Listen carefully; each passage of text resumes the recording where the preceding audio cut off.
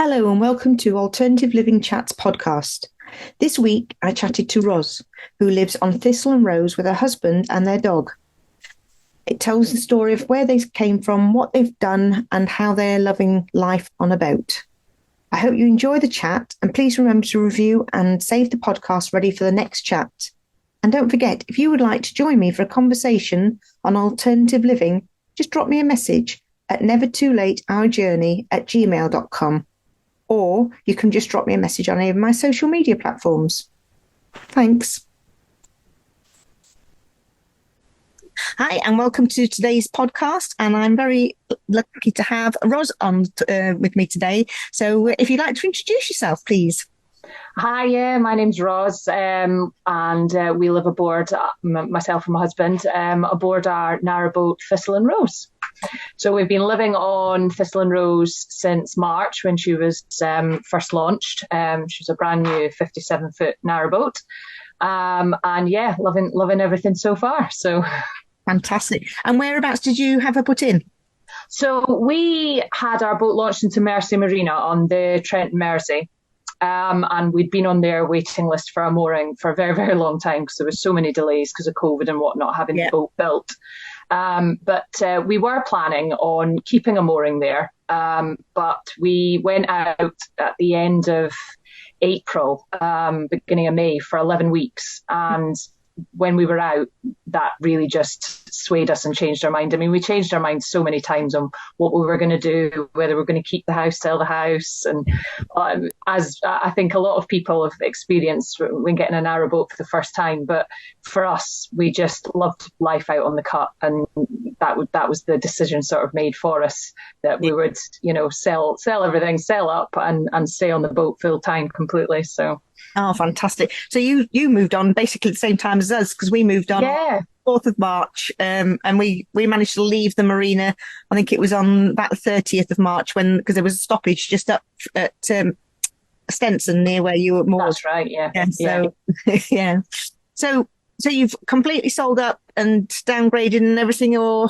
Yeah, so during our sort of all the decision-making process and while the boat was being built, we downsized, first of all, to a much smaller house. So we were quite lucky in the fact that we'd managed to sell a lot of our, and downsize all our possessions. And so it wasn't such a huge transition going from a massive house down to a tiny little boat. But we originally thought that we would be a bit fair weather boaters, shall we say, and cruise during the summer and then have the luxury of going back to the house in the winter. Yeah. But once we got on board, we realised that really wasn't something that we wanted to do. So we thought, we'll rent out the house and we could use the income from renting the house out to keep the boat in a marina over winter.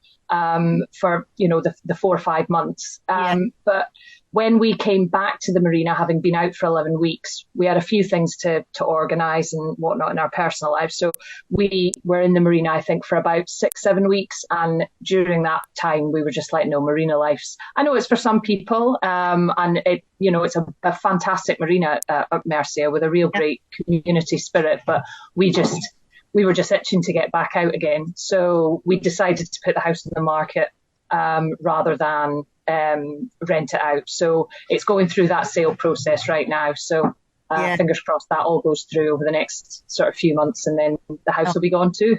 Fantastic. So, yeah, it's very similar to what we've done completely.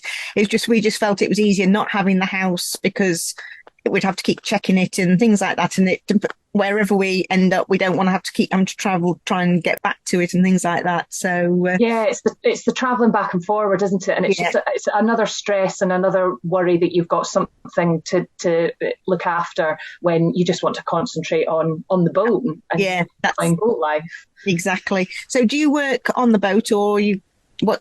So I'm still working, my husband's semi-retired, which kind of is what started off our decision-making process about the boat anyway, because we didn't really know what we wanted to do. COVID really sort of changed our perspective on what we wanted to do with our life and, the years to come.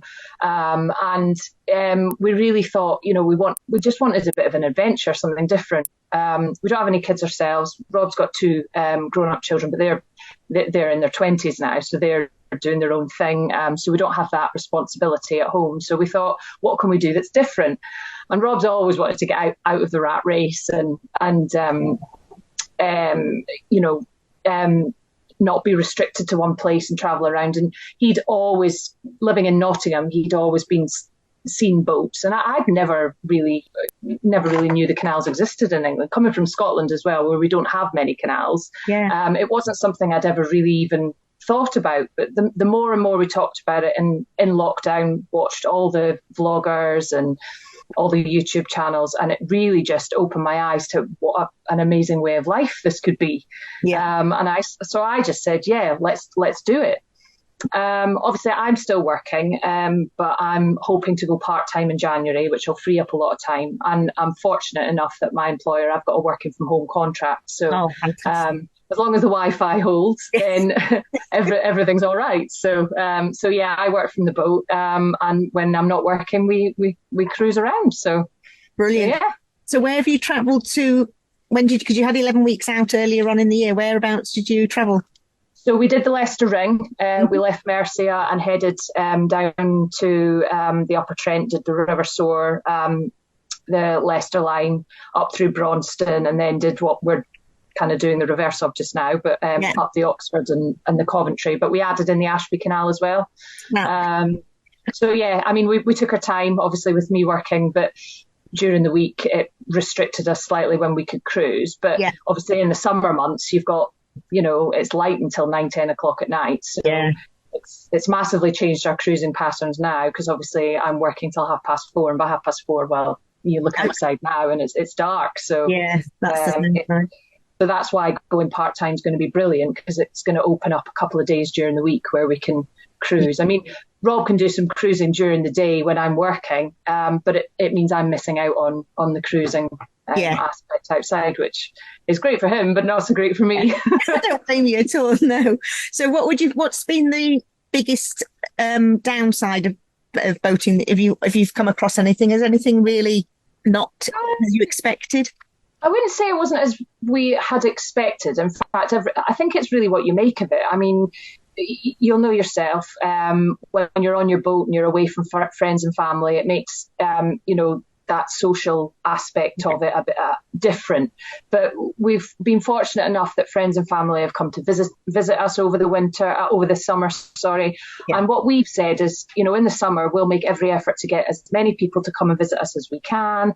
And then in the winter, we'll kind of reverse that, because you can never plan for good weekends, for taking people out, and just sitting in the boat with loads of people. It's a small space, and it's not ideal for having loads of people to visit you. But in the summer, you can sit outside, you can sit on the towpath, have barbecues, drinks on the stern. So, so I would say that's probably the only downside, is you can't just agree to a last minute night out with friends if you're far away from them or anything else. But other than that, we've had a really sort of positive experience from it. That's brilliant. And so if anybody thinking about moving on to a boat and doing this type of lifestyle, what would you say are the 3 things that are most important that they should look for, or that you found that you wish you'd known before, or anything like that? I think really knowing whether you want to either live in a marina or being a continuous cruiser, depending on your personal circumstances. I think that's a big thing. It was something that we kept changing, whether we were going to, keep the house or stay in a marina. So I think that's definitely something to consider. And not everyone's as lucky to have sort of working from home jobs. So if you're going to have to stay in one place, that might mean having a home mooring. So that's definitely a consideration. Being brave of the elements as well, I think, because, cruising in the autumn and the winter is so different to this. You've got to be prepared for that. And what else? Goodness. Space, I guess. Decluttering. When you move from a house, you've got a loft, you've got all this extra space, and boats are great, inventive, having loads of different places, storage and things, but you've really got to decide what's worth keeping that you've got in your house, and what you just don't, what you can afford to live without, really. Yeah, I can understand that. Have you found that you've brought stuff onto the boat that you thought you were going to use and haven't used it since moving onto the boat, or were you really? Yeah. There's like you've got obviously with electrical items, you've really got to decide whether you need them or not. Like especially kitchen appliances and things, you kind of, not that there's not restrictions to cooking or anything like that, but I think all your plug-in whiz kids electronic devices that you would probably just take for granted that you could use in a house. You've got to be mindful and careful of on board because of your batteries and switching your AC on and off again. And in the winter, obviously, solar's not, you can't rely on solar nowhere near as much as you can during the summer. So, yeah, no, I agree with you. I mean, I love cooking anyway, but I've really had to cut down, and I've just gone back to manual of doing everything manually, which is a bit of a change sort of thing, especially say in the winter. It's a huge, and that's, as we're coming, we've noticed a big difference in the drop because obviously the solar just doesn't run it. And if you're staying stuck for a couple of days, you realise how much you have to run the engine just to get some power back into everything. Yeah, definitely. And then you think, well, if you've got the engine on, you may as well be cruising. So it's one of them. Yeah, just because it's hours on your engine. It's not miles, isn't it? That's it. Yeah, it works all very, very differently, doesn't it? Yeah. Excuse me. So how have you got used to having this, the small space, especially if you're working in whilst on the boat as well? Has that been a big problem, or have you managed to get an area that you can work in quite easily? I sit in the dinette, which so we chose the traditional sort of Pullman style dinette in our boat, which I think you guys have got the same. Yeah, we have. Yeah. And I find it works quite well. I just work off one laptop. I don't need any second screens or anything like that for my job. So, and because my husband's just periodically working, he can sit on the other side and crack on with his things. We just keep to headsets, and we're obviously just mindful of each other on the boat. But he tends to go out on long walks with the dog during the day, and I rely on him for doing the making the lunches, or setting the fire in the winter, or going to the shops during the day. So we try and make the most of him doing odd jobs around the boat when I'm at work, so that when I'm not working, we can enjoy quality time together or cruise together. So all the odd jobs around the boat he kind of does when I'm at work. So I'm quite lucky in that respect. Yeah, definitely. He's chief tea maker as well. Oh, brilliant. And so when you decided that you were going to change your life and everything, how did you go about planning and finding because have you had your boat built from, you bought a boat? Yeah. So how did you go into looking into finding the right place, and what decisions, how did you make your decisions on what boat to get and everything? Well, originally, we couldn't quite get our head around the concept of a narrowboat. We'd actually started looking at wide beams, and we visited a few boat builders, including one Collingwood up in Liverpool. And we were going to put a deposit down for a wide beam. I think we did in the end. But very quickly we discovered that movement around the network was going to be difficult with a wide beam, and we're really pleased that we didn't go that route now, having done the canals that we have. So more and more research, watching more and more vlogs, and reading up on it, and listening to people's experiences, we thought, no, a narrowboat's actually probably the better option for us, because we didn't want to sit still. We didn't want to just keep to rivers. We wanted to really explore the network and do as much travelling as we could. And so that's why we also settled for 57 foot, because I don't think there's a canal that we can't go on, or a lock that we won't fit in. So once we decided that was definitely the route we wanted to go down, we started looking at second-hand boats, thinking, it'd be a bit more economical, a bit more easy on the finances. But we couldn't quite find one that fitted everything that we wanted. And we were fortunate enough to be in a position that we could afford to put down a deposit on a brand new one. So we did look at loads of different boat builders, and sort of settled on a medium run-of-the-mill boat builder that would, fit our budget, which was Aintree Boat Builders in Liverpool. Uh-huh. So we went and had long discussions with them. I had a walk around their workshop, looked at various boats that were sort of halfway through builds at the start of the build.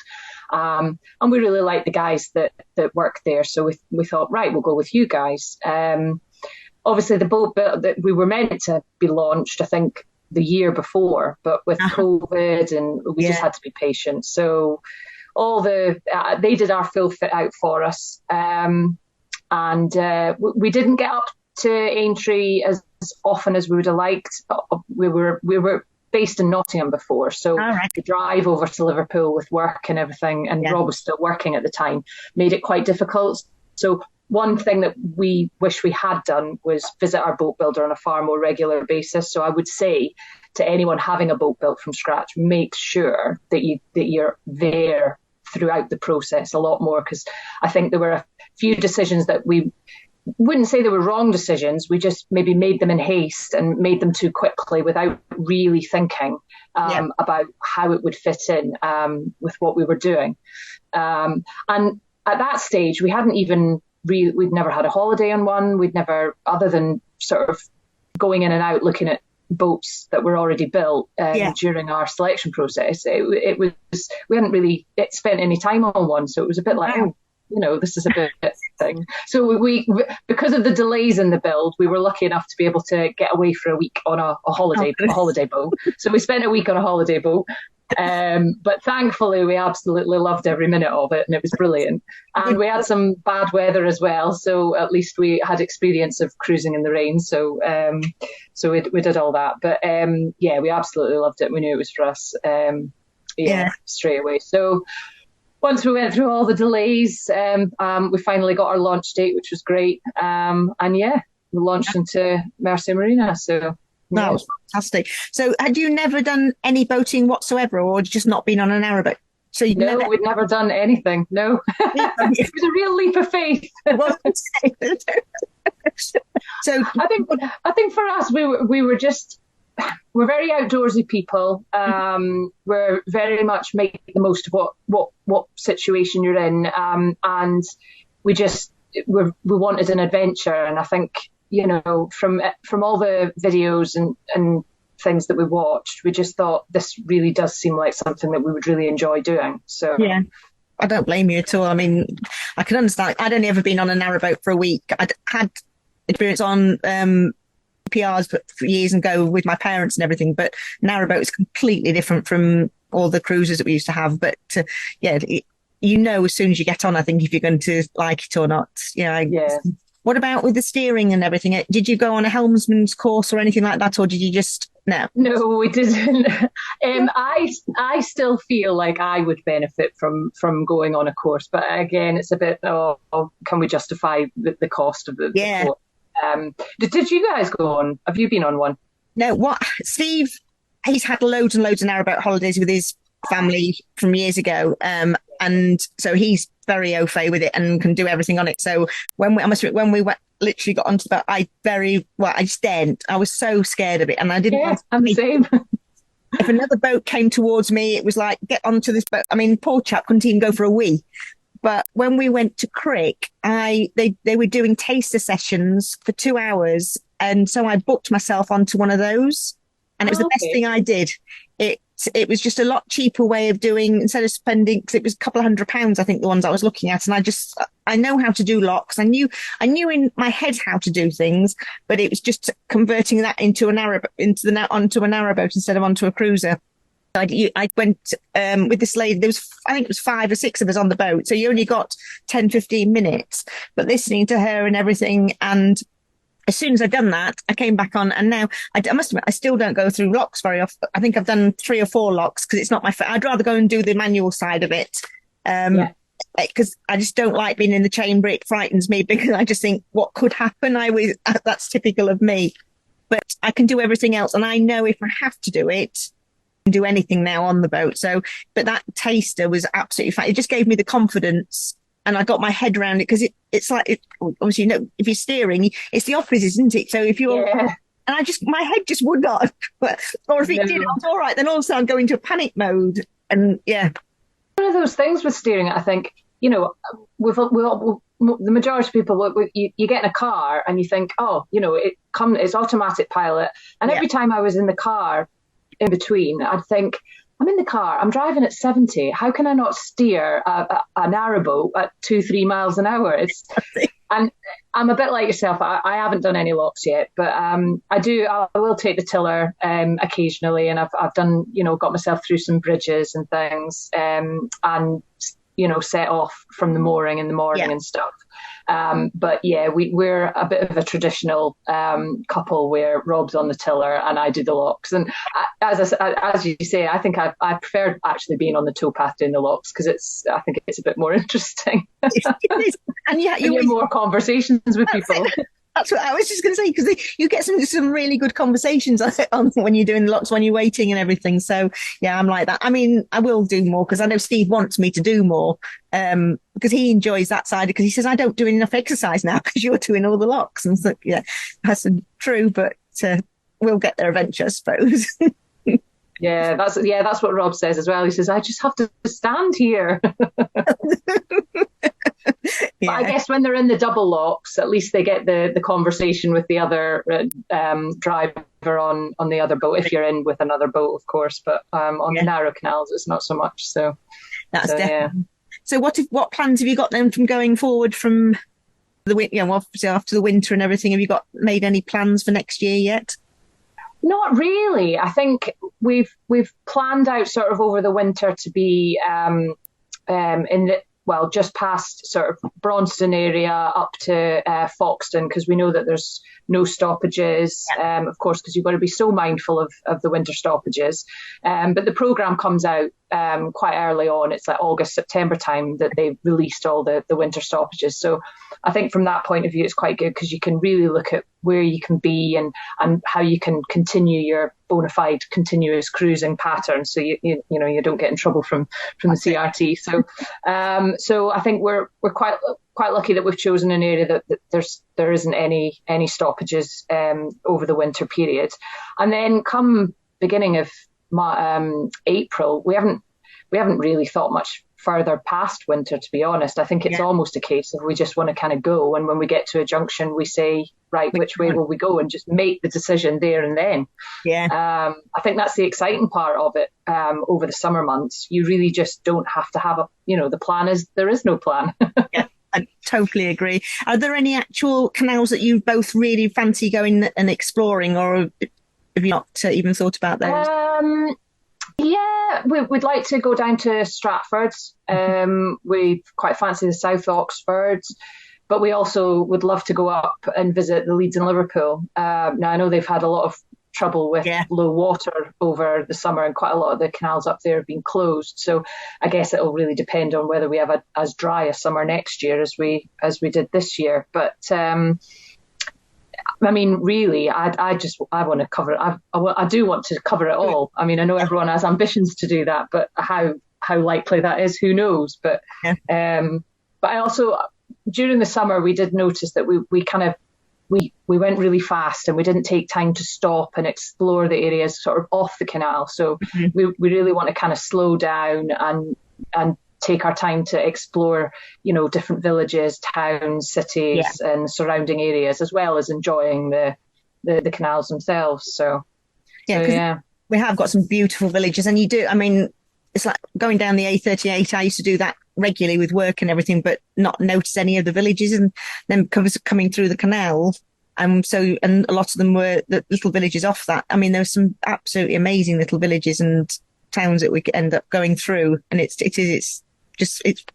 beautiful going through them, isn't it? Yeah, absolutely love it. Yeah. So what about shopping? Have you managed to get your head around getting all finding shops easily and things like that? And is there anything that you've struggled with since being on the boat?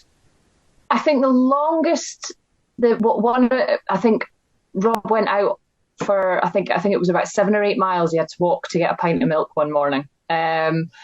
Which, to some people might like, oh my Lord, but he took the dog and he enjoyed the walk and it was all right. I think you just need to plan, don't you? And it's really a case of, if you're going to be going through a village or a town, even if you just moor up for a couple of hours, go and do a bit of shopping, and then bring it back to the boat. We're stuck with our car at the moment. We're still very much in two minds of whether to sell it or whether to keep it. Yeah. During the summer, we had it for half the time, and then we didn't have it for half the time. And actually, when we did have it, it was great because it was a convenience. You could drive to a shop if you wanted, but it was also every time you moved the boat, you had to shuttle the car with you. And of course, it's the additional cost as well. That's it. When we didn't have the car, it was stress-free, didn't have to worry, didn't have to think, oh, where's the car? Where are we going to leave it this time?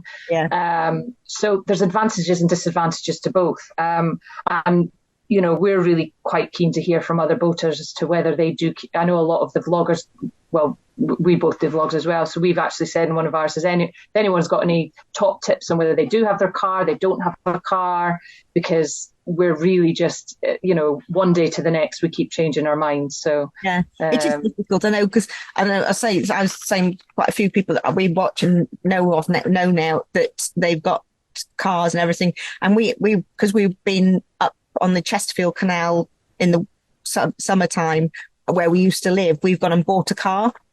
We've left it in the garage, because we've kept a garage when we sold everything else, but we've put the car back in the garage because I said I don't want to have to keep jumping it back. And then but it's handy that if anything happens, we can get a train and so we've got a car, because it was just so much cheaper than renting. It was so expensive to rent a car, which we did in June. We said it was just a cheaper way of doing it, but we're bringing it back with us for the winter. So we've got the car while we're in the marina for a few weeks. So we've got the, best of both worlds. But summer, I said to Steve, no, it's got to go back into the garage again. I said, I don't want it, because it is, I know people that that we've met, they've been traveling and they've got to go back and fetch it and then come back. And it makes the day longer, and it's finding somewhere safe and everything, isn't it? Yeah, definitely. Yeah. You don't want to just leave it any old place, because, I know, it's just another headache sometimes. But definitely over the winter, it's handy. It's a bit handy, yeah. Yeah, so. Definitely. So you've just said that obviously you both do a vlog now as well, which is fantastic. And I've started watching, because if you can send me all your details so that anybody listening now can check you out as well on YouTube. And if you send you on Instagram and Twitter. Yes, I'm on Instagram. We're not on Twitter yet. I've never been able to get my head around Twitter. I'm still trying. I still haven't even set up a Facebook page for the vlog, but we've got Instagram and we've got the vlog set up. It's the Narrowboat Good Life, but I'll send you a link to it. Yeah, and then what I'll do is I'll put them in the link in the description of the podcast, so anybody can join you then as well. Oh, brilliant. Thank you. Yeah, we're very much at the start of our sort of vlogging journey. Initially, we weren't going to do a vlog.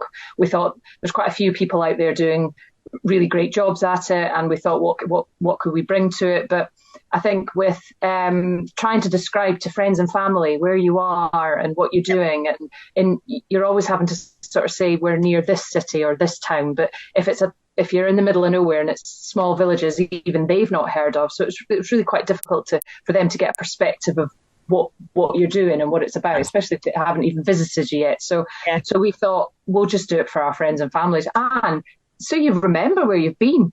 That's what we do it for. Yeah. It's remembering everywhere that you've been is sometimes you think, oh, where were we when that happened? Goodness, that was weeks ago. Wow, can't remember that. So it's a nice diary for yourself, isn't it? It is, and because I must admit, Steve's memory is horrendous. But even because we've just gone back over some stuff, and he can't. Oh, I forgot we'd done that. I said, yeah. So I said, it's a good job we are doing the vlog, so you can have a look back in years to come and say, oh yeah, we have been there. So yeah. But well, it's been absolutely fantastic to chat, and I've really thoroughly enjoyed listening to your story and where you've started and everything, and carry on following you, and we look forward to meeting you soon as well. Thank you very much, Maxine. It's been a pleasure, and hopefully we'll see each other over Christmas at Brinklow. We will. And this will stop the recording. I hope you've enjoyed today's podcast, and thank you very much for listening. Please let everybody know about the podcast so we can grow the Alternative Living Chats community. And if you would like to join me, drop me a message. And also, all the details of today's guests will be in the information of this podcast. Thank you.